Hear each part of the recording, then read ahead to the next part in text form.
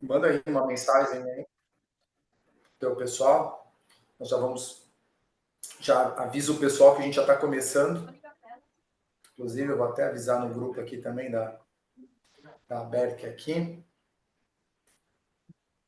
Esse horário, todo mundo, os compradores estão todo mundo maluco.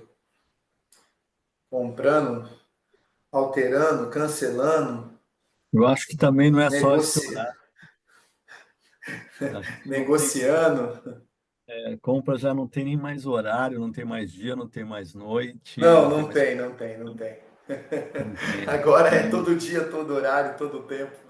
Tem, realmente a coisa está bem complexa, cenários complexos e, obviamente, né, muita informação, muita gestão de Muita informação. informação, muita, muita. Sejam todos Muito. bem-vindos, tá? O pessoal que chegou aí agora também, sejam muito bem-vindos. Nós já vamos, mais um minutinho, nós já vamos dar início ao nosso encontro aqui, pessoal. Lembrando que está sendo gravado, depois a gente vai mandar o link para todos. Assim como a apresentação que o Antônio também vai fazer aqui vai ser gravado também e vai também chegar aí para todos vocês que estão aí conectados aí com a gente, todos os associados, né?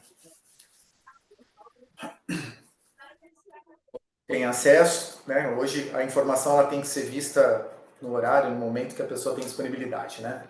Mas então vamos lá, vamos dar início então.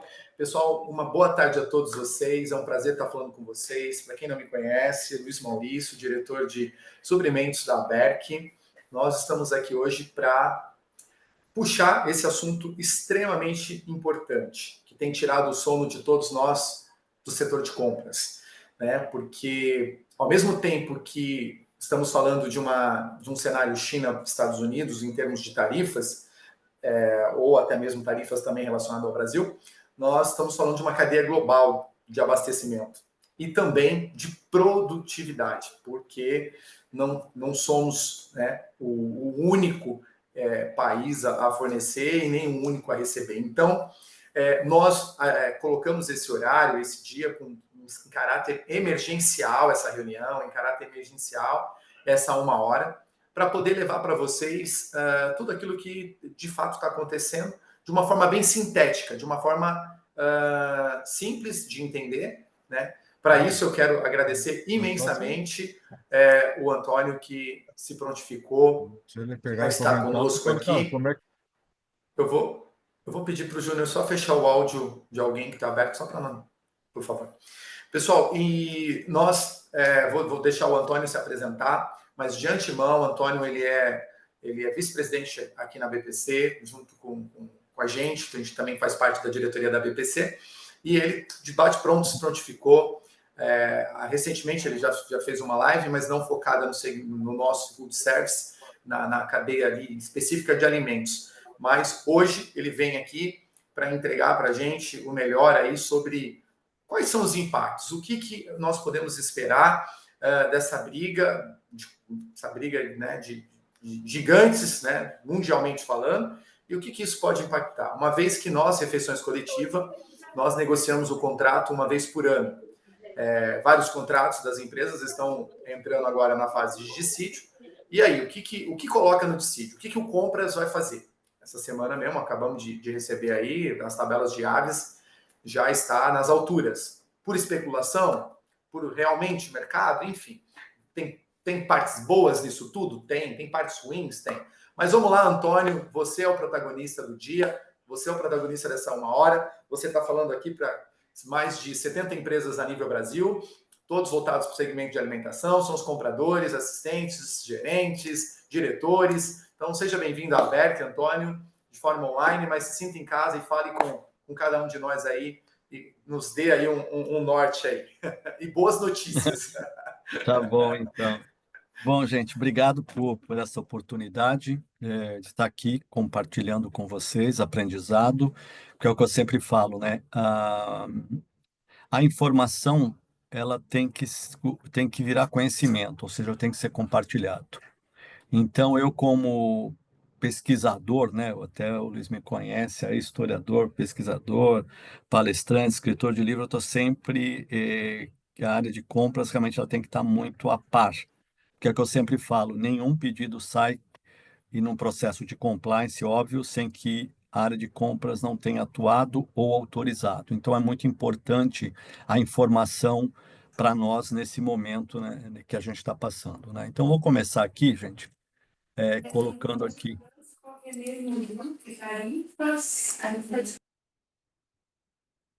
Bom, a gente vai começar a falar sobre os impactos, né, da guerra comercial, eu acho, em países, e reflexos no food service. Bom, vamos lá. Nós estamos fazendo isso junto com a ABERC e com a BPC, né, que é a Associação Brasileira dos Profissionais de Compras, conforme o próprio Luiz já te adiantou aqui.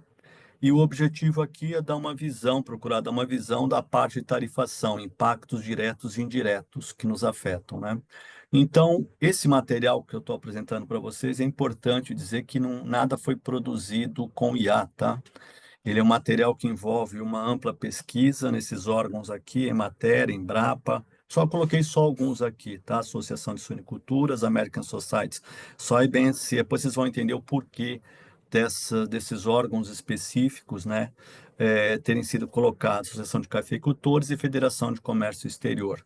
Teve mais empresas aí que se envolveu até mesmo contatos por telefone, contatos por call, que não foi uma pesquisa simplesmente feita via internet, via Google. Então vou começar a me apresentar. Meu nome é Antônio Marques da Cruz, eu sou executivo de compras, eu já completei 48 anos de atuação na área de compras. Quando eu falo compras, a auditoria também foi auditoria em compras e engenharia de custos também dentro da área de compras, então totaliza todo esse tempo. Eu sou formado em engenharia química, nunca exerci, porque já entrei para ficar 2 meses em compras, isso em 1982, e eu fiquei até hoje. Eu estou até esperando esses 3 meses que falaram que era só para substituir uma pessoa que estava afastada, né? Eu sou formado também em administração de empresas, eu tenho MBA em comércio eletrônico e doutorado em ciências econômicas, né? Tenho atuado em empresas multinacionais, no Brasil e no exterior, Estados Unidos e Espanha. Eu tenho as certificações Lean Six Sigma Black Belt, o CIPS 4, o IFPSM. Depois, se vocês quiserem, eu explico o que é cada uma e o quão importante é isso dentro da área de procurement, né? E a ASM, tá? E escritor e palestrante dentro do universo de procurement. Posso dizer que a procurement foi um amor à primeira vista. Eu me apaixonei pela área de compras e não consegui sair dela, tá? Isso para mim, é emocionante. Cada conquista, cada conhecimento e cada treinamento que eu possa passar para uma pessoa ou para mais, tudo que eu possa passar à frente é muito importante. Então vamos lá, pessoal, começando aqui. A agenda de hoje começa agora. A gente vai falar rapidamente sobre cozinhas industriais, engenharia reversa, que eu vou colocar um tema aqui, índices econômicos projetados. Vamos entender que nós tínhamos um cenário em janeiro de 25 e hoje nós temos um outro cenário. Quando eu falo hoje, eu falo esta hora, tá? Hora Brasil, que as coisas podem sofrer algumas mudanças, tanto para melhor como para não tão bem. Vou também falar de pós-tarifação, que é essa chamada era da imprevisibilidade atualmente, infelizmente, né? Impactos, matéria-prima e equipamentos e a gestão dos impactos, ou seja, vai ser uma hora para a gente falar tudo isso daí. Vamos começar aqui com o que eu quis colocar aqui, nesses impactos dessa chamada guerra comercial. Nós temos que nos atentar que tudo que eu conduzi aqui de pesquisa e trabalho é baseado que eu estou falando uma cozinha industrial, porque como eu vim de montadora e de indústria, né, então para mim tudo todos os passos de qualidade, de project manager, tudo baseia-se nisso. E foi nisso que foi feito o estudo. Então, quando eu falo em cozinha industrial, eu falo que é uma unidade de produção industrial de transformação. Ou seja, cada um de vocês compra para uma indústria, né? Uma indústria de transformação, que produz e transforma um produto em um outro subproduto, né? Então, isso obviamente acaba sofrendo esses impactos diretos do que está acontecendo nesse momento, direto e indiretamente. Eu vou começar falando um pouquinho de a gestão de cozinhas industriais. Por quê? Como eu sempre falo, o conhecimento e a gestão de processos e custos tem que estar muito envolvido nessa hora, sempre o saber o que se está comprando, como se está comprando e que passos que podem vir a adequar.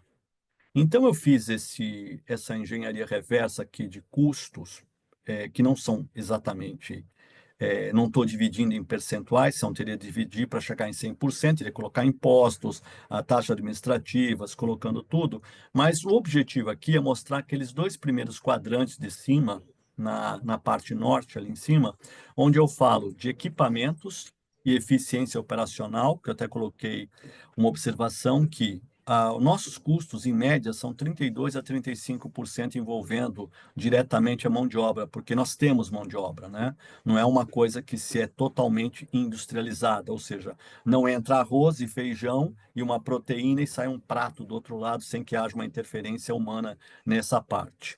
E aí eu coloquei que o que está acontecendo na economia também tem um lado bom, tá? Que eu vou mostrar aqui para vocês. Não é que é bom, mas ele vai permitir uma maior concorrência de equipamentos. E o equipamento, ele está diretamente atrelado à eficiência operacional, ou seja, quanto mais modernos, mais eficientes sejam os equipamentos que eu tenho na minha cozinha industrial, fornos combinados, caldeiras, tudo isso facilita, eu consigo produzir mais, melhor, com menos impactos e com menos custo. Entenda-se que a redução, a gestão, toda a parte que envolve custo é a parte mais importante agora, ou seja, custo, você tem que estar vendo todo dia. Evandra, Todo dia você tem que estar checando os teus parâmetros de custo. Eu começo a dizer que custo é que nem unha, né? Você tem que cortar todo dia, porque senão ele sempre está aumentando, está crescendo, e a função da área de compras é manter aquilo que a área comercial conseguiu do outro lado, ou seja, o lucro, o FII que ele conseguiu, é a área de compras que vai conseguir, que luta para manter. Se não tivesse área de compras, você fecha por um valor, depois de algum período, né, a coisa já subiu, já está lá em cima, já virou vermelho.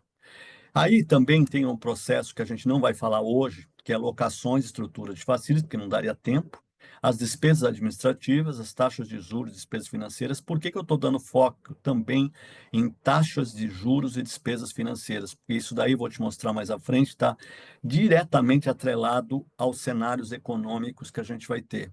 Porque a taxa de juros, ela é, logicamente, ela é flutuante, ela reflete o que está ocorrendo, ou seja, a captação de dinheiro.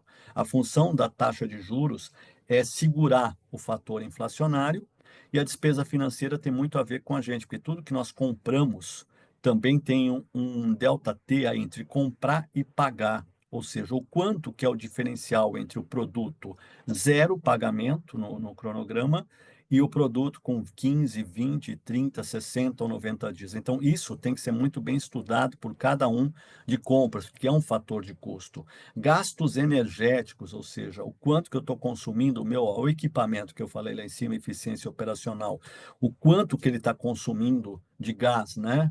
De hidrocarbonetos ou de energia limpa, energia elétrica, né? Seja ela uma energia verde, uma energia tradicional.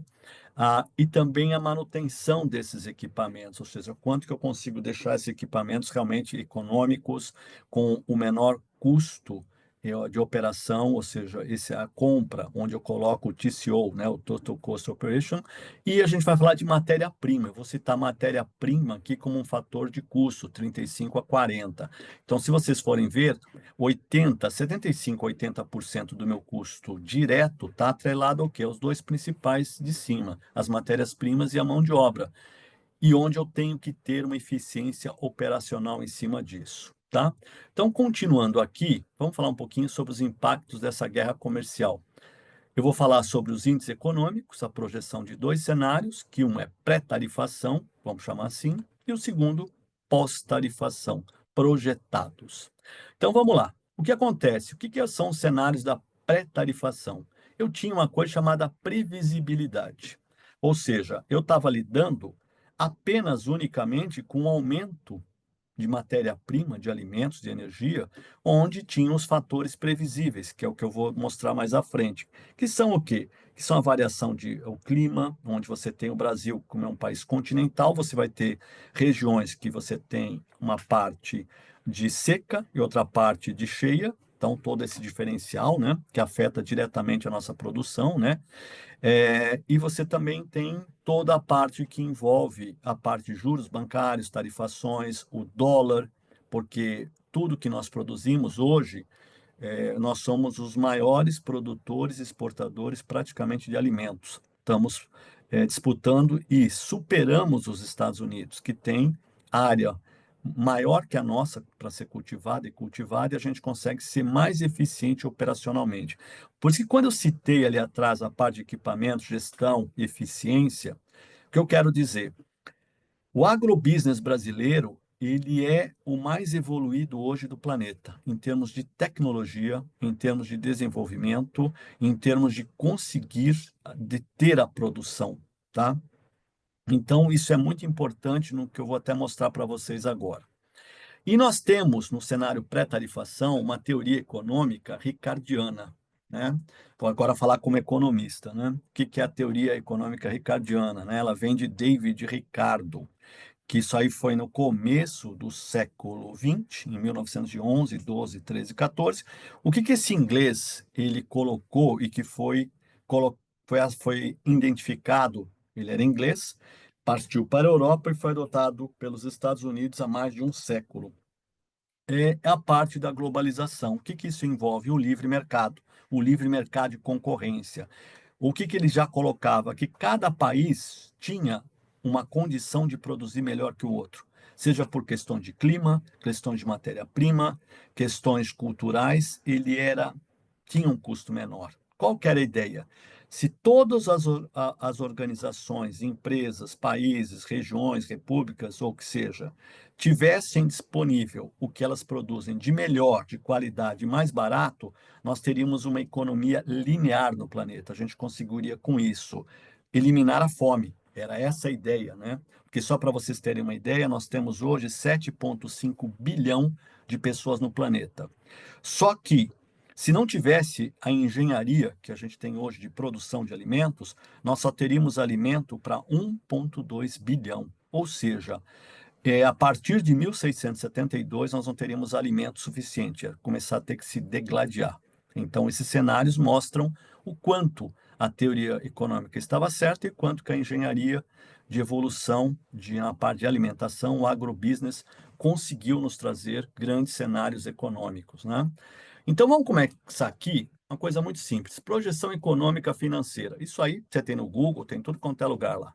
O que a gente tinha no cenário a partir da primeira semana de janeiro? Nós tínhamos uma taxa de dólar estipulando um mínimo de 5,80 e um máximo de 6,12, tá? Uma variação aí de 5,52% e um desvio padrão. O que é desvio padrão?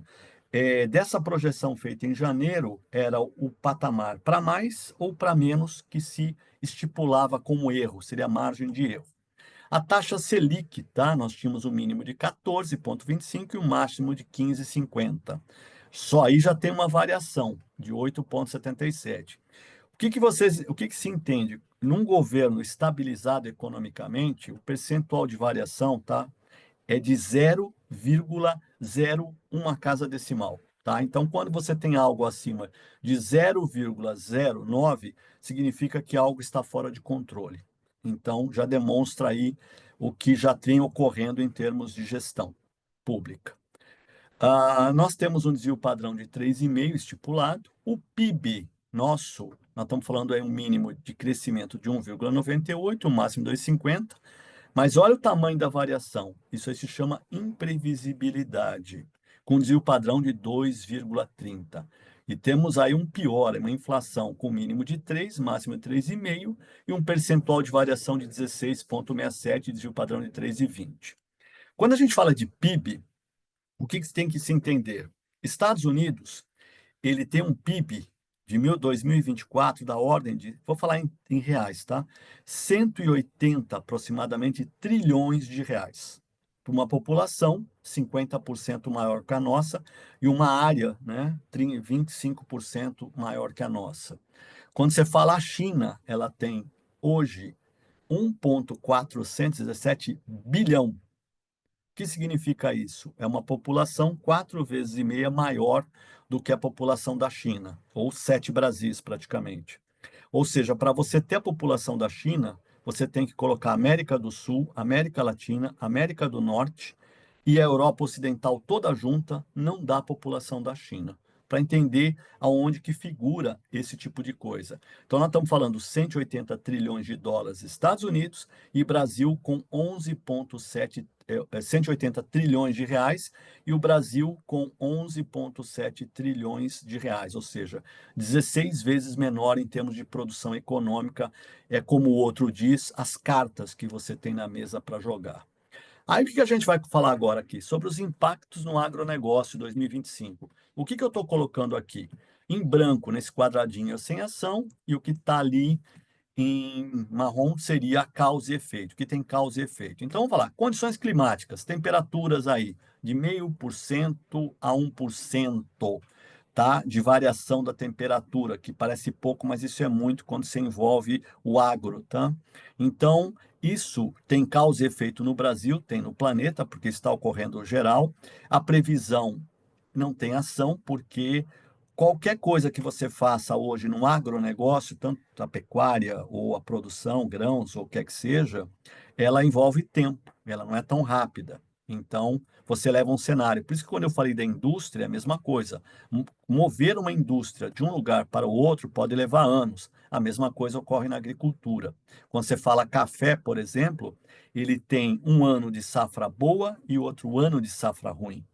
Porque você esgota a planta, ela precisa ter um ano de recuperação.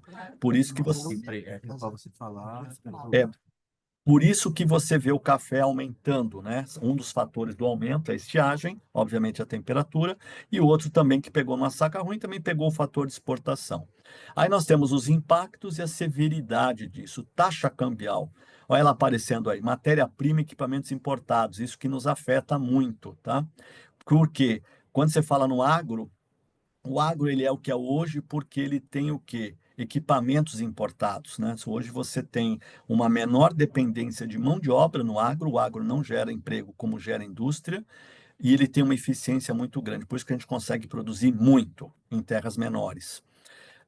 Então você tem onde isto nos afeta diretamente ao Brasil. Isso é o impacto, ele é previsto, sim, ele é severo, sim. Custo de produção, energia elétrica, combustível, falta de mão de obra que está ocorrendo no agro, tá? Isso é uma coisa do Brasil, ela tem previsão, essa previsão tem causa e efeito, ou seja, poderiam ser feitas ações para isso, mas não foram feitas.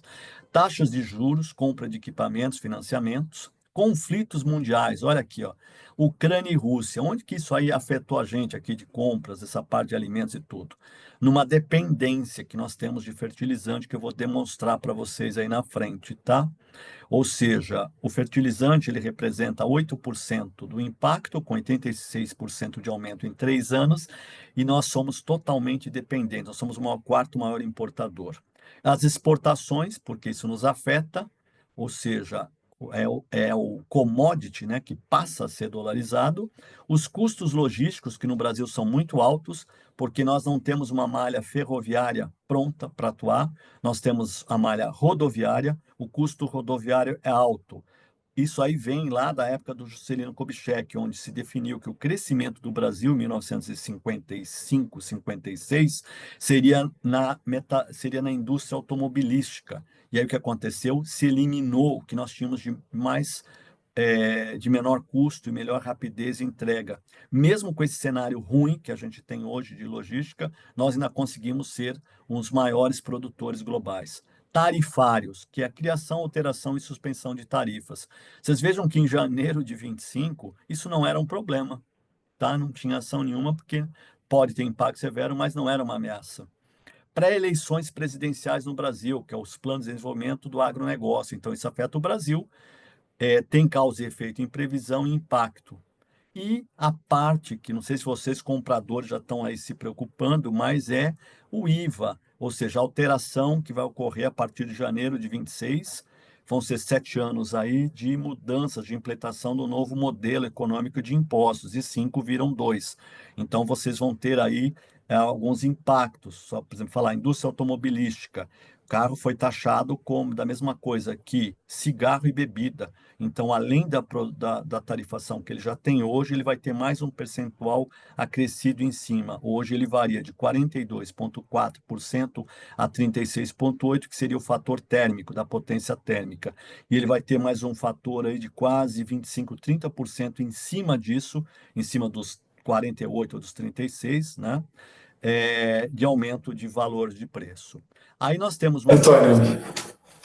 não cortando você, mas Claro. quando a gente olha cada ponto aqui e a gente vê, olha, já a gente olha o nosso custo alimentar, a gente vê aquele primeiro indicador que você mostrou, percentual que representa a nossa matéria-prima, e você coloca ela de um lado e coloca todos esses pontos de impacto, poxa, a gente é afetado em tudo, a gente É, não se mas, escapa de nada. mas entenda que o que ocorre, tá, gente? O que a gente está vivendo aqui, tá, Luiz? Também é o que está se vivendo na Argentina, em praticamente todos os países, porque o alimento ele se tornou caro globalmente, né? Essa é uma verdade. Hoje você tem impactos diretos, né? E também tem muito a ver com isso que eu estou mostrando embaixo, há uma previsão de desaceleração na economia. Isso é gravíssimo, porque isso significa uma recessão, uma deflação, isso gera impactos financeiros altos, né? Quando a gente diz, quando menos, você não tem como chegar, por exemplo, hoje para as empresas, vou citar um nome aqui, para uma Toyota e falar, vamos produzir 10% a menos? Honda produz 10% a menos? Não existe. Todos nós, todas as empresas que nós trabalhamos ou trabalhar no passado, todos têm meta de crescimento. Esse é o problema. Até onde essa cadeia, esse elo se rompe, onde não há mais o que fazer, onde esse crescimento começa a ter sequências, né, com rompimento. Vamos lá, entendemos que o Brasil é uma economia fechada. Agora começar a falar coisa boa. Isso tem um lado bom também, tá? As nossas indústrias nacionais, elas não têm indústrias no exterior, raramente, tá? Nós produzimos aqui, nós estamos focados aqui. E a tarifação, ela é uma campanha, ela já foi falada, isso não foi um segredo. Na campanha dele, ele falou muito sobre isso. Qual foi o problema? Ninguém acreditou que talvez ele prometesse, fizesse o que ele prometeu, porque normalmente o político não faz o que ele promete, né? Não Ele fez, cumpre. ele não cumpre, ele cumpriu, certo? Se você for em P, eu peguei todas as campanhas dele, até aquele dia do atentado, fiz um resumo, nada disso que ele está fazendo não estava sendo previsto. Por isso que talvez o Sudeste Asiático já estava preparado, ficou quieto e está tomando as medidas agora, né? Agora que eu também não sei, porque eu não estou acompanhando desde cedo. Vamos lá, então. Vamos pegar aqui o cenário 2020. Quando eu falo de não planejamento, precisa entender como é que é o Brasil nessa história, tá? O que acontece? Existia um risco, isso aqui eu estou falando 2020, tá? É um risco de guerra, uma dependência do Brasil, que ele é o quarto maior importador global, e já tinha um aumento de preços de 87 em 3 anos. Isso que eu estou mostrando para vocês aqui, ó, não tem nada de sigiloso, não, é da Embrapa, tá? Em 2020, a Embrapa fez esse relatório para o Ministério da Agricultura, já mostrando que, olha lá embaixo, países com maior necessidade de ajuste na cadeia de oferta de fertilizantes, se o comércio for impactado. Olha o Brasil ali, ó, o primeirinho ali, ó, Brasil, tá vendo? Fosfato, nitrogênio e potássio, que é onde você gera, tá, o fertilizante. Nós precisamos do fertilizante para que possa recompor, né, toda a parte de produção. Volto aqui, ó, ao cenário ali que não foi falado. Olha os maiores produtores. Não aparece o Brasil. O Brasil não aparece. Sabe por quê? Nós não fizemos, não tem nenhum incentivo dos nossos governantes para produzir localmente. Nós poderíamos produzir, mas não tem. Nós não temos uma indústria sequer. Alguém esqueceu, ou não colocou, ou não era prioridade. Essa é a realidade. Vamos continuar aqui com os cenários pós-tarifação. Primeira coisa, sempre que eu falei da teoria ricardiana, agora eu posso sair da economia e ir para a engenharia física. Terceira lei de Newton. Quem não se lembra é a teoria da ação e reação. Toda ação corresponde a uma reação de mesma força em sentidos contrários. O que você está tendo hoje? Ação e reação dos dois principais proponentes. O que um faz, o outro faz, né? O que isso significa? Uma total ausência de cenários, uma imprevisibilidade, uma disputa de poderes econômicos e tem um problema aqui, tá, gente? São 4 anos de mandato. Essa pessoa, esse governo, essa equipe, né? Eu não vou entrar aqui, gente, na parte política, partidária. Em nenhum momento eu vou falar direita, esquerda, isso não nos importa, né? Como compradores aqui. E sim, nós temos que ter a visão do mercado, a visão para onde a coisa está indo. A gestão Trump, ela utiliza duas regras. Isso vocês têm que ficar muito claro para vocês. A primeira regra, ela não tem regra. Ele não tem regra. A segunda regra, vá para a regra número 1, ou seja, ele não tem regra. Então, coisas absurdas, não esperadas, podem acontecer, né? O que a gente tem que entender, gente? Que na macroeconomia, vamos chamar de globalização, quando um dos elos de uma corrente se rompe, né, por um N motivo, estou falando apenas um elo, tá? Tudo pode levar a um colapso. Agora, o que ocorre? Porque a globalização ela é muito frágil quando confrontada, né, pelos principais interlocutores, que é o que está acontecendo agora, porque são duas superpotências, dois dos maiores PIBs globais, e seria grandes importadores e produtores. Nesse caso, o que aconteceu, gente? Todos os elos da corrente foram quebrados. E o que acontece? Eles se rompem. Isso é algo único, né? Inédito, até para os economistas, né? E o que eu falo para vocês? Não tem vacina ainda, tá? Então é uma coisa complexo isso daí. Ninguém podia imaginar, por exemplo, há 6 meses atrás, que uma China comunista ia defender o livre mercado e, de outro lado, temos uma superpotência ocidental indo contra o livre mercado. Quer dizer, ninguém conseguia prever isso. Não era impossível, tá? Eu, por exemplo, com 42 anos de compras, eu sou mais velho que todos os que vocês que estão aqui, de idade, acho que também de experiência, eu tenho 61, 62 anos, estou fazendo, então eu posso dizer que eu já passei por períodos de inflação de 20.000% ao ano, que talvez vocês nem saibam que isso ocorreu nos anos 80. A gente recebia uma cotação, ela tinha validade de horas. Eu tinha 2, 3 horas para fechar um pedido e negociar e botar o pedido. Era o que me dava. Depois de 3 horas, a cotação não tinha mais validade. Tá? Começou com meses, dias e depois foi para horas. Tá? Eu já passei também pelo Golden Sachs, aquele problema de 2008, que era apenas um elo de uma corrente, tá? Que era o elo do fator imobiliário. Países que se quebravam, economias que se quebravam nos anos 90, pacotes econômicos, né? Aqui no Brasil, como você vê a Argentina vivendo hoje, cada hora é uma coisa. A impressão que você tem que o povo é um hamster, né? Rato de laboratório, alguém vai lá e testa um remédio para ver se dá certo. É mais ou menos isso que ocorre. Então, isso que é o elo da corrente, que uma hora vai se romper. O que a gente tem agora? Vamos falar o que impacta a gente. Vamos falar de impactos diretos. Tudo isso que você envolve Estados Unidos e China, ele envolve carnes, que envolve a parte de porco e bovino, e obviamente soja e milho. Por quê? O trigo, ele tem um impacto direto do dólar. Nós precisamos de trigo, nós não somos os maiores produtores, tá? Ainda estamos devendo nisso. Arroz, o aumento de consumo, porque começa a ficar outros produtos mais caros, a pessoa começa a consumir arroz, frango e ovo. O café, aquilo que eu já falei, safra ruim, fatores climáticos. E o feijão e açúcar, que isso tem muito a ver com os fatores também de clima, né? Juntamente com o ovo, porque você tem um problema aí de estiagem, aquece, se põe menos ovo, a produção é menor, e você acaba tendo uma menor, além da oferta e da procura.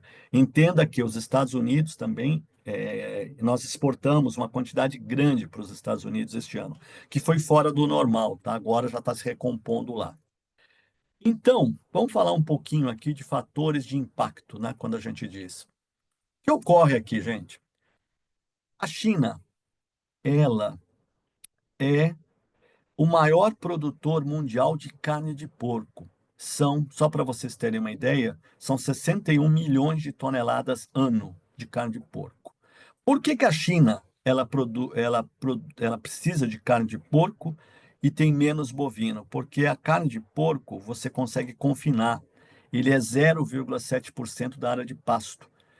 Agora vocês começam a entender os cenários que a gente vai ver aqui para frente. Ou seja, nós temos uma população de 1,417 bilhões que é alimentada em 84% das proteínas deles são de porco, tá? E o que acontece? Esse porco, ele fica confinado. Então, se você fosse ter carne bovina na China, não teria condições. Você precisaria de 2 Chinas para conseguir colocar alimento para poder alimentar esse povo todo. Então, qual o problema que a gente tem? A China consome para alimentar esses porquinhos aí 36% da produção de soja mundial e 8% da produção de milho.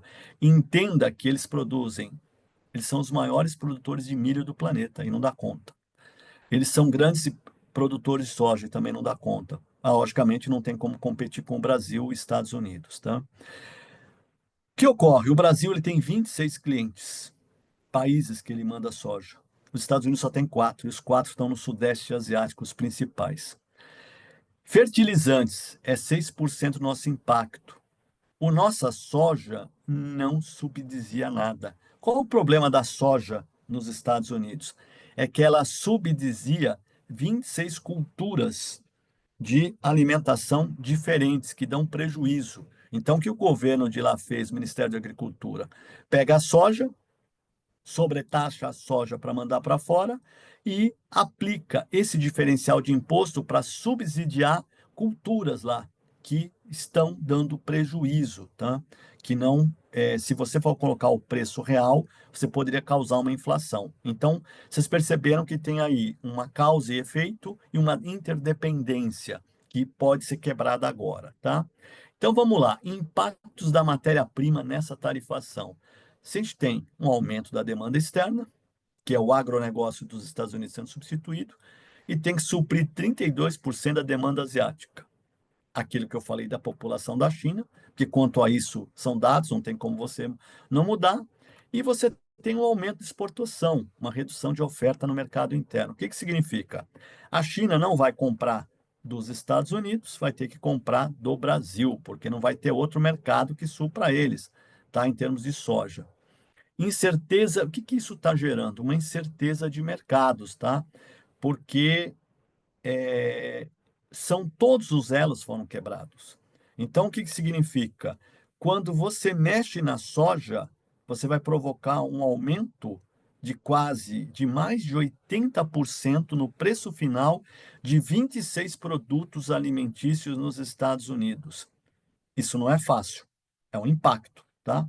Só para vocês terem uma ideia, inclusive na batata, tá? Vai causar um impacto aí, tá? Disso daí.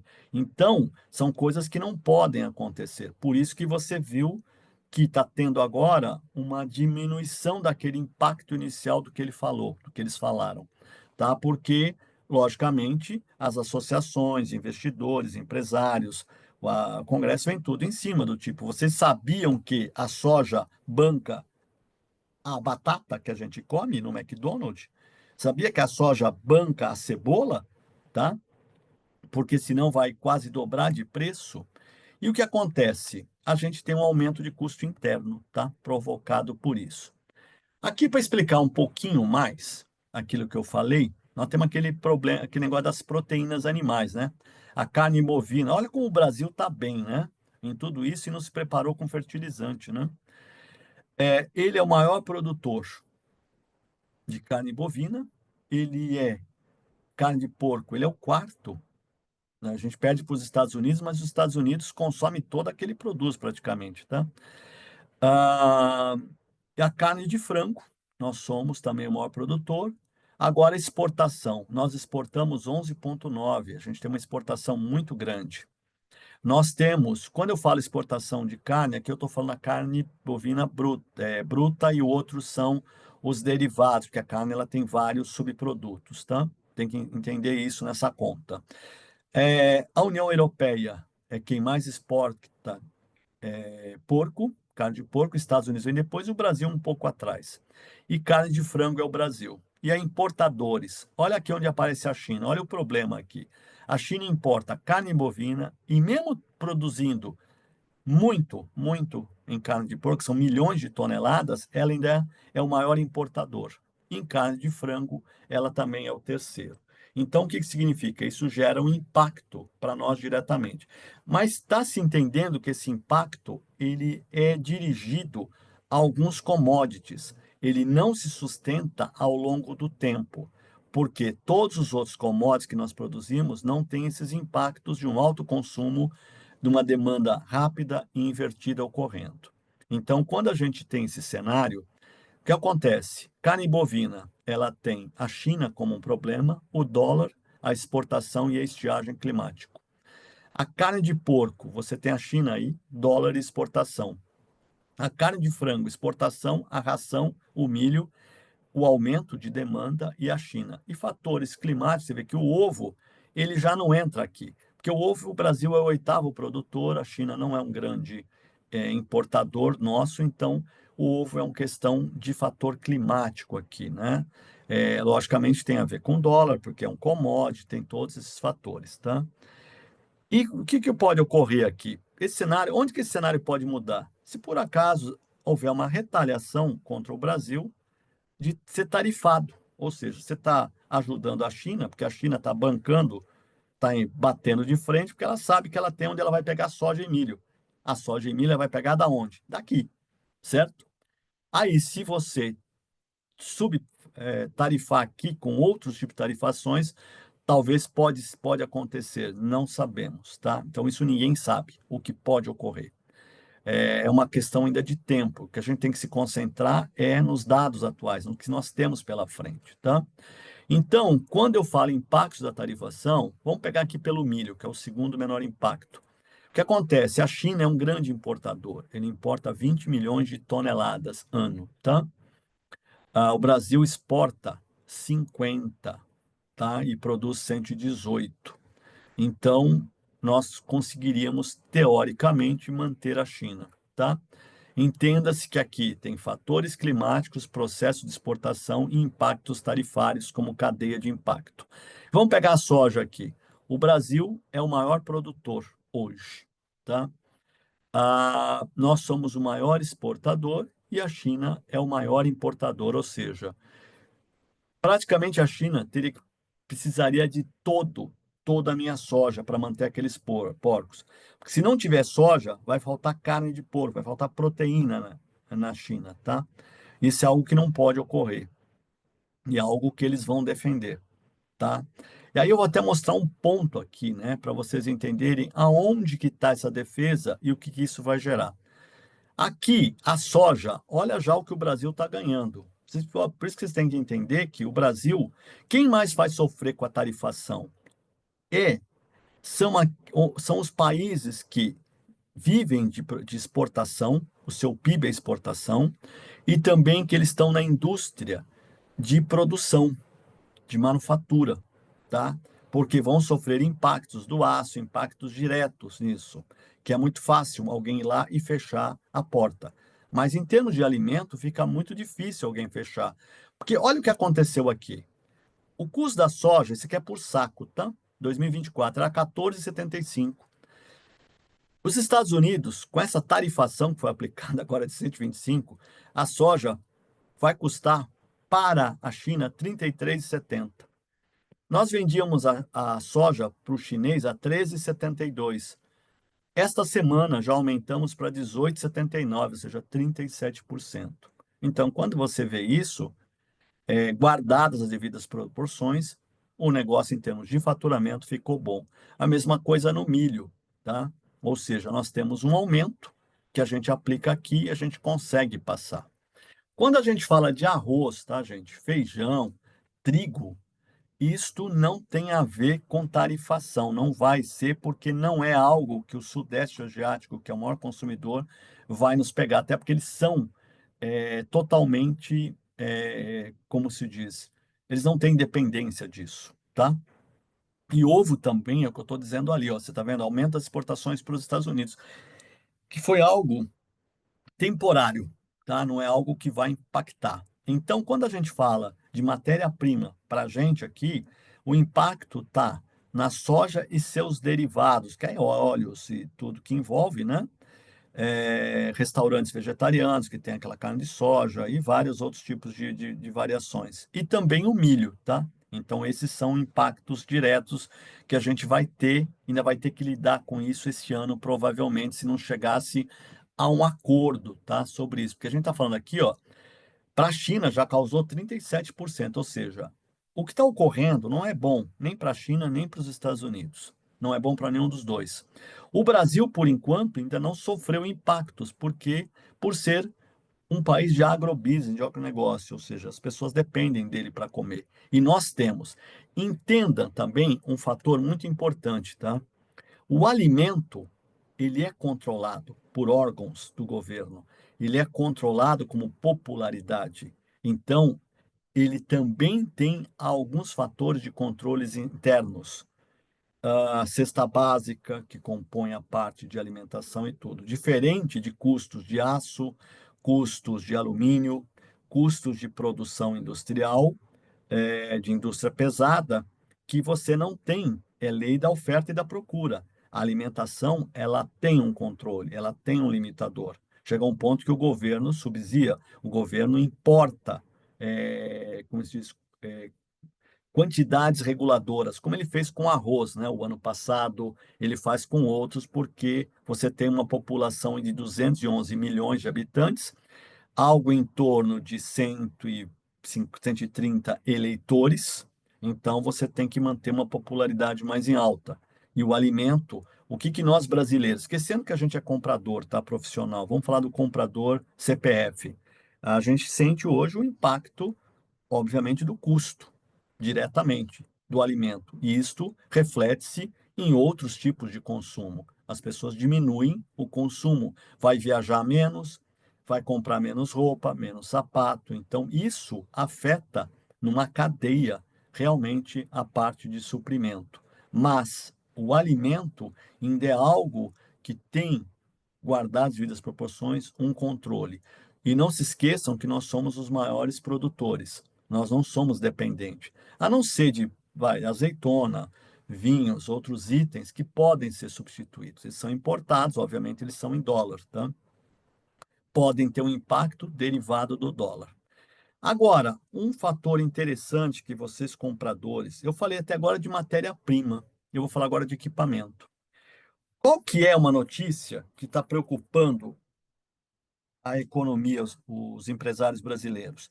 É a chegada de equipamentos, de itens, de devices chineses para o Brasil, que são equipamentos que estariam indo para os Estados Unidos.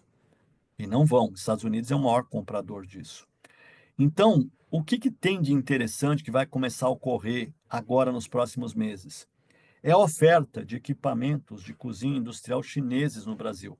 Mas não é aquela oferta de você pegar da Gonsul e trazer aqui e importar. Não. Eles já estão começando a montar essa semana e mais nas duas próximas semanas filiais em São Paulo, em outras regiões, de representação, de revenda e distribuição. Então, muito provavelmente, vocês vão ter aí num curto período de tempo, médio, curto, equipamentos mais baratos, ou seja, o hardware, vamos dizer assim, né, com custos menores, porque, obviamente, os custos chineses são menores, só que não tinham a estrutura que esses grandes fabricantes, sejam da Europa, Estados Unidos, têm em termos de manutenção, de atendimento.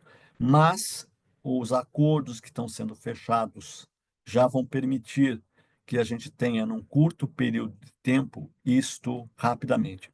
Porque o que está ocorrendo agora? Houve uma confiança quebrada. Quando você quebra uma confiança, você tem que correr o mercado. Você não pode contar com aquele que era o teu fornecedor tradicional, que sempre te atendia.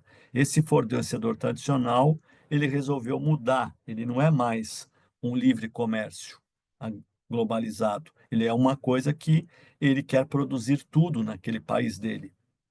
Não sei como, quanto isso vai custar. Acredito eu, como formado em administração, PhD em economia, falei até com colegas meus de doutorado, converso muito com eles e ninguém, nenhum de nós, a não ser que a gente esteja totalmente errado, deveria jogar o diploma fora, mas não há como manter isso, os tempos são outros. Então, Acredito que as coisas vão voltar atrás. Minha opinião pessoal, tá? Não é uma previsibilidade. Mas hoje mesmo, ontem já foi falado, por exemplo, da aviação, que a China pode retalhar cancelando pedidos de aviões da Boeing. Estou dando só um pequeno exemplo, tá? Então, isso tem um impacto direto no PIB, na parte de tributação americana. Mesmo sabendo que as peças da Comac, que é o fabricante chinês, não dependerem também da General Electric e de outros fabricantes. Mas eles podem substituir para o Rolls-Royce, que é inglesa. Eles têm a Embraer, que é um grande desenvolvedor, que pode produzir lá também, né? É engraçado que a China é extremamente desenvolvida em aviação, mas não a aviação comercial, ela é muito dependente, né, da Boeing e da Airbus, e ela não tem uma produção rápida. E eu acho que ela aprendeu a lição nesse sentido. Então, o que os compradores aqui têm que ficar atentos? Para novos players no mercado, que estão vindo da China, do Vietnã, tá? Do produtores, porque, caso vocês não saibam, a China é o maior fabricante de equipamentos de cozinha industrial do planeta, tá? Eles são experts nisso e eles têm isso, tá? Então, eles têm grandes produções, equipamentos, então é o momento de pesquisar de atrás. Câmara do Comércio China-Brasil, começar a pesquisar e desenvolver isto, tá? Por quê? Por mais que a gente possa ser otimista, os nossos fornecedores tradicionais, caso não volte atrás, vão ter impacto no aço, alumínio, digital LED e o software embarcado. Entenda-se que o PIB americano, 40% dele é de serviço, é de software, é de inteligência, não é de produto. Análise de investimentos, mercados, plano para resultado e ganho de escala.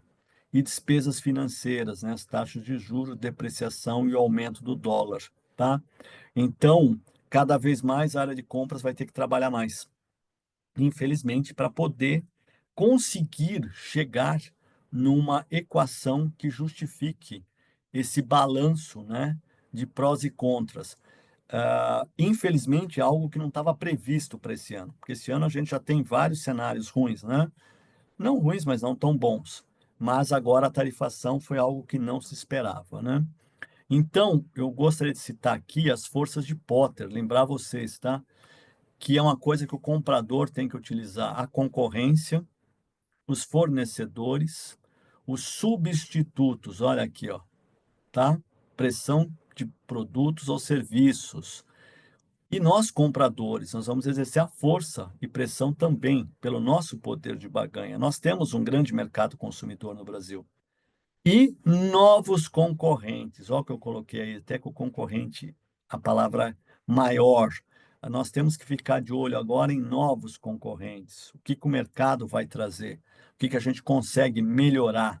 Então, você pode ter certeza que o agrobusiness vai se beneficiar com os equipamentos chineses, tratores chineses de Vietnã, de tudo isso que já está vindo a preços bem menores, tá? Do que os americanos, porque entenda-se que os Estados Unidos não é muito favorável a nos fornecer tecnologia, até pela concorrência demandada. Então, eu não vejo cenários tão negativos, tá? Eu vejo cenários também de equilíbrio e de vantagem, até pelo que nós somos, ou seja, a cesta básica, ela tem um controle de preços versus inflação e o poder de compra, ela é medida. Eleições para presidente, ou seja, tem uma pesquisa de satisfação ainda. Você tem um enfraquecimento desse agente causador.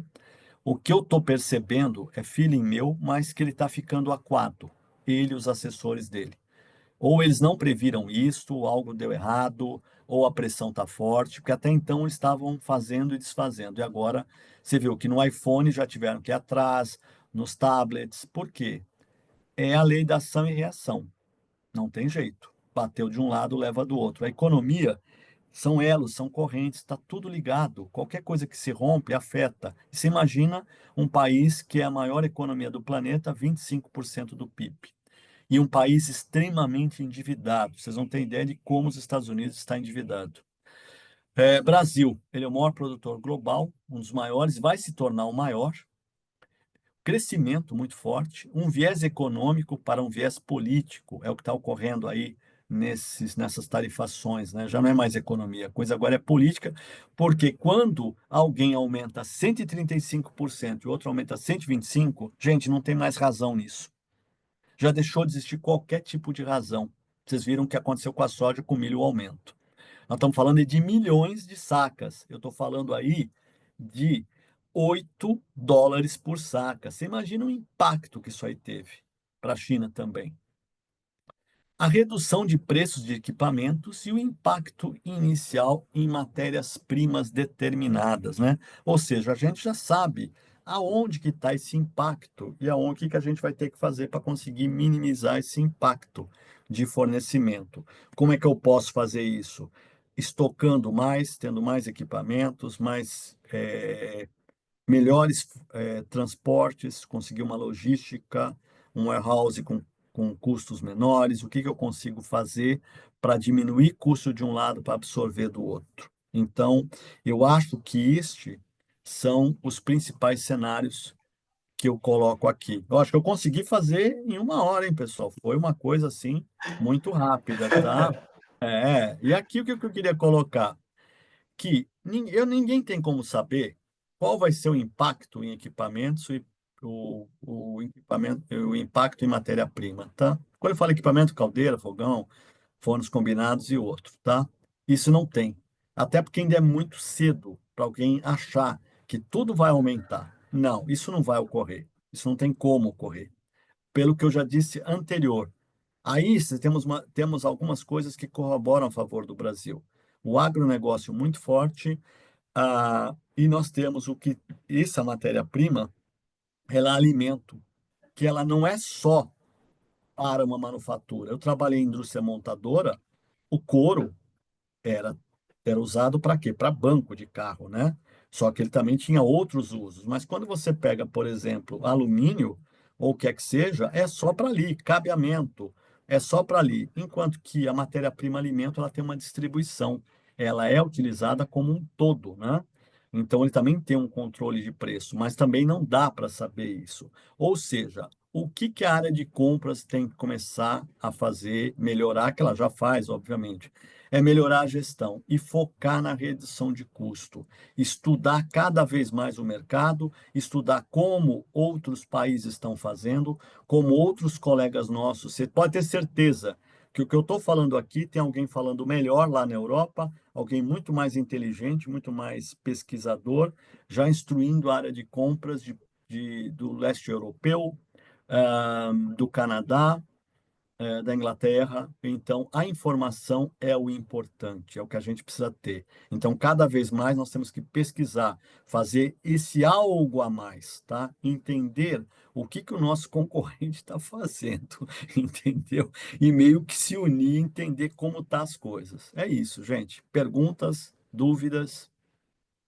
Que legal, Antônio. Que bacana, né? Quanta informação, tudo interligado realmente, tanto aí no alimentar e no não alimentar. Acho que foi muito legal você abrir para a gente, né? Esses dois lados, porque nós, além da matéria-prima, a gente tem um investimento de inauguração, nós temos mesa, cadeira, imobiliário, Uhum. que tudo isso está atrelado, né? Então eu vou deixar agora o pessoal. Queria deixar espaço agora para a gente finalizar.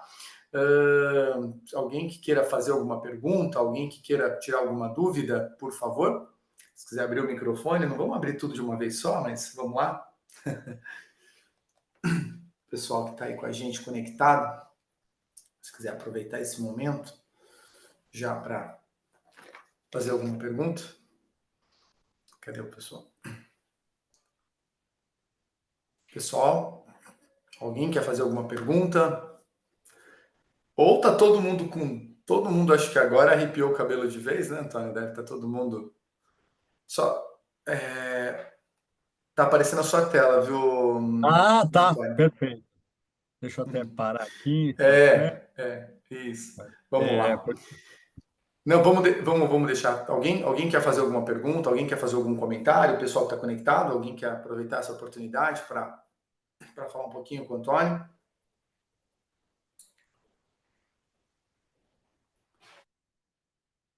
Pessoal. Pode abrir o microfone, pessoal, fica à Mas vontade, não tem problema ah, não. também o que pode fazer também, pessoal, se tiverem João, dúvida, tá? Pode mandar por e-mail, tá? O pessoal João, tem. João já levantou a mão Ah, ali, o João, nosso diretor, pode falar, João. nosso CEO, diretor, já está a na postos. verdade, é assim, em função da volatilidade de tudo que está acontecendo, né? Eu sugeriria aí, primeiro agradecendo antecipadamente, agradecendo ao pronto atendimento aí do Antônio, né, para esse pleito e a movimentação toda que o Luiz fez para que nós tivéssemos esse momento aqui. Mas não seria uma pergunta, seria até uma sugestão, se a gente daqui 70 dias ou 90 dias, daqui um período, pudesse sentar de novo, né, para poder analisar em cima do novo cenário em função de toda essa, enfim, de toda essa movimentação que está acontecendo e que com certeza terão novos episódios. Com Com certeza, João. certeza. Tá no- tá- Eu, eu vou seguir como um convite, eu estou à disposição. Cabe ao Luiz aí marcar 30, 60 ou 90 dias, fica a critério, né? O Antônio adora, ele ama pesquisar, Não, ama isso, saber, não. ama buscar, né, Antônio? Isso já está na sua, por todas as empresas, as multinacionais que você passou aí, né? Então, isso já já está já tá intrínseco, né? Mas é fato, viu, Antônio? Essa semana, para você ter uma noção, realmente esse é o grande dilema, né? Que independentemente de começou-se o assunto de tarifações, as especulações de mercado, de frigorífico, já vem à ordem. É impressionante como que você liga no frigorífico e você já se depara com uma tabela nova. E aí, né, então, né, o frigorífico, né, é o abatedouro ali, e aí você já vem para subprodutos, e aí você já vem para distribuidores, né, porque nós não, Exato.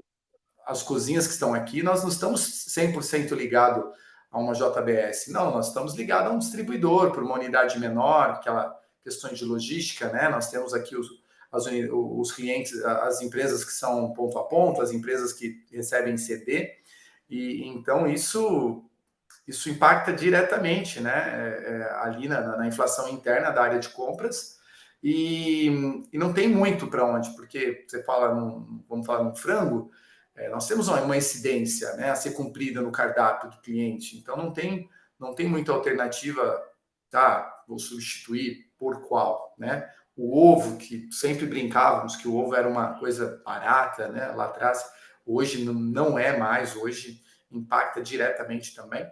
Então a gente tem todos esses pontos, mas eu acho que você entregou muito, muito, muito, muito bem, parabéns, que era realmente a compreensão dos fatos. Nós não temos aqui, e não teríamos, e não temos exatamente nesse primeiro momento, um número a ser dito, olha, daqui uma semana vai subir 20% nisso, naquilo, tal, daqui 30 dias. Até porque tem a lei da ação e reação que você disse, né? Por um lado, ele vai ter problemas com o próprio Estados Unidos, por outro lado, vai abrir frentes de oportunidades para outros países, né? E inclusive para nós também. Então, eu acho que dentro do departamento de cada empresa aqui, nosso, né? Cabe essa análise e entender, e cada um tem os seus mecanismos, né? Seja estocar, seja negociar, seja fazer contrato, seja, enfim, cada um tem a sua expertise, né, dentro da sua empresa, e entender, né, quantas balas na agulha você tem para fazer algumas ações, né? Porque tudo também é dinheiro, né? A partir do momento que eu me proponho a ter que fazer um cost avoidance, por exemplo, eu tenho que colocar um dinheiro na frente. E aí vai depender da situação de cada empresa, porque nós também tem um detalhe que vem se arrastando já pós-pandemia, né, Antônio? As empresas de alimentação, elas vêm sofrendo já desde antes da pandemia. A China já fez um movimento de mercado, foi o primeiro pico absurdo de proteína que teve, que os patamares mudou de 10 para 20, né? Agora nós já estamos falando aí em R$ 30, quase R$ 40 o quilo de um acém, que é um carne de segunda, que depois faz moída. Então, assim, é desafiador? É. Mas também pode ser que tenha muitos pontos positivos que venham agregando a isso. E cada dia nós vamos descobrindo aí, traçando alguma estratégia diferente, né? É isso aí, perfeito. Vamos então falar de novo daqui a 60 dias, tá combinado? Eu faço um novo estudo atualizando. É sério, daqui a 60 dias pode marcar, e aí eu atualizo os cenários, o que está ocorrendo para vocês. Acho que aí ficaria legal. Ó, o Flávio, você quer fazer uma pergunta? No Nordeste não tem problema, né? Porque no Nordeste as coisas são mais fáceis lá no Nordeste, né, Flávio? Boa tarde, pessoal. Boa tarde, Luiz. Não, no momento não uma pergunta não, mas não tá fácil não, viu? Aqui eu já envelheci uns 5 anos só dessa semana. Ó, a Laurie quer fazer alguma pergunta? A Laurie, o Hélio lá da NutriSaúde de Bauru, quer fazer alguma pergunta, senhor Hélio? O Hélio também é estudioso, o Hélio acompanha 24 horas aí, todos os indicadores de mercado. Pessoal, então, olha, eu quero agradecer imensamente, mais uma vez, né? Agradecer a Berk também, que se preocupou muito em correr com esse assunto e trazer para vocês.